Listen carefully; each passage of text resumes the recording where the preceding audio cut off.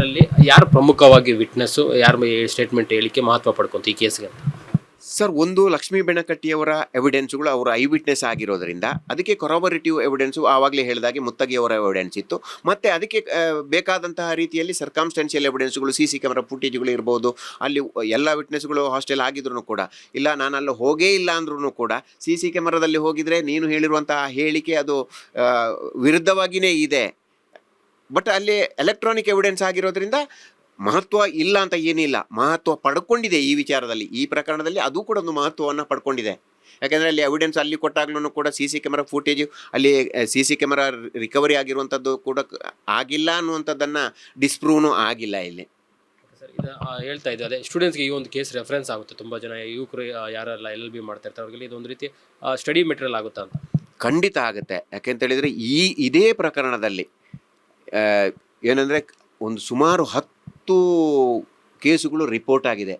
306 ಯಾವ ರೀತಿ ಅಂದರೆ ಅಪ್ರೂವರ್ ಎವಿಡೆನ್ಸನ್ನು ಯಾವ ರೀತಿ ಮಾಡಬೇಕು, 164 ಸ್ಟೇಟ್ಮೆಂಟನ್ನು ಹೇಗೆ ಮಾಡ್ಕೋಬೋದು, ಡಿಸ್ಚಾರ್ಜ್ ಅಪ್ಲಿಕೇಶನ್ಸ್ಗಳು. ನಾನು ಬಂದಂತಹ ಸಂದರ್ಭದಲ್ಲಿ, ಪ್ರಥಮ ಬಾರಿಗೆ ಬಂದಂತಹ ಸಂದರ್ಭದಲ್ಲಿ 2 ವರ್ಷಗಳ ಕಾಲ ಇಡೀ ಇದರಲ್ಲೇ ಹೋಯಿತು ನಮ್ಮದು. ಡಿಸ್ಚಾರ್ಜ್ ಅಪ್ಲಿಕೇಶನ್ಸ್ಗಳು ಪ್ರತಿ ಬಾರಿನೂ ಡಿಸ್ಚಾರ್ಜ್ ಅಪ್ಲಿಕೇಶನ್ಸ್ಗಳು ಹಾಕಿದ್ದಾರೆ. ಅದೇ ರೀತಿ ವಿನಯ್ ಕುಲಕರ್ಣಿ ಅವರು ಕೂಡ ಕೆಲವೊಂದು ಧಾರವಾಡಕ್ಕೆ ಹೋಗಬೇಕು ಅನ್ನುವಂತಹ ಸಂದರ್ಭದಲ್ಲೂ ಕೂಡ ಅದಕ್ಕೂ ಕೂಡ ನನಗೆ ಇವಾಗ್ಲೂ ಹೆಮ್ಮೆ ಇದೆ. ಯಾಕೆಂತೇಳಿದರೆ ಶಿಕ್ಷೆ ಆಗಿದೆ. ಆದರೆ ಧಾರವಾಡಕ್ಕೆ ಹೋಗದೇ ಇರುವಂತಹ ರೀತಿಯಲ್ಲಿ ಎಷ್ಟೋ ಅಪ್ಲಿಕೇಶನ್ಸ್ಗಳು ರಿಜೆಕ್ಟ್ ಮಾಡಿರುವಂಥದ್ದು, ಡಿಸ್ಚಾರ್ಜ್ ಅಪ್ಲಿಕೇಶನ್ಸ್ಗಳನ್ನು ರಿಜೆಕ್ಟ್ ಮಾಡಿಸಿರುವಂಥದ್ದು, ಆ ಆರ್ಗ್ಯುಮೆಂಟ್ಗಳನ್ನು ಘಟಾನುಘಟಿ ವಕೀಲರ ಎದುರುಗಡೆಯಲ್ಲಿ. ಯಾಕೆಂದರೆ ಇಲ್ಲಿ ಕರ್ನಾಟಕದಲ್ಲಿರುವಂಥ ಹೆಚ್ಚಿನ ಎಲ್ಲ ಡೆಸಿಗ್ನೇಟೆಡ್ ಸೀನಿಯರ್ಸ್ಗಳ ಮುಂದೆನೂ ಕೂಡ ನನಗೆ ಆರ್ಗ್ಯುಮೆಂಟ್ ಮಾಡುವಂತಹ ಅವಕಾಶ ಸಿಕ್ತು. ಯಾಕೆಂತೇಳಿದರೆ ಮೊದಲಿಗೆ ನಮ್ಮ ಇವರಿಗೆ ವಿನಯ್ ಕುಲಕರ್ಣಿ ಅವರಿಗೆ CH ಹನುಮಂತರಾಯ ಅವರು ಇದ್ದರು.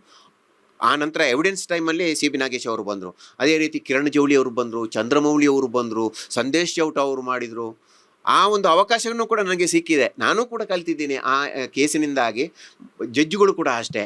ಇವಾಗ ಮೊದಲಿರುವಂತಹ ಜಯಂತ್ ಕುಮಾರ್ ಅವರು ಅಲ್ಲೂ ಕೂಡ ಸುಮಾರು ಒಂದು ವರ್ಷ 2 ತಿಂಗಳ ಕಾಲ ನಾನು ಅಲ್ಲಿ ಪಬ್ಲಿಕ್ ಪ್ರಾಸಿಕ್ಯೂಟರ್ಗೆ ಇದೇ ಪ್ರಕರಣದಲ್ಲಿ ನಡೆಸ್ಕೊಂಡು ಬಂದಿದ್ದೀನಿ.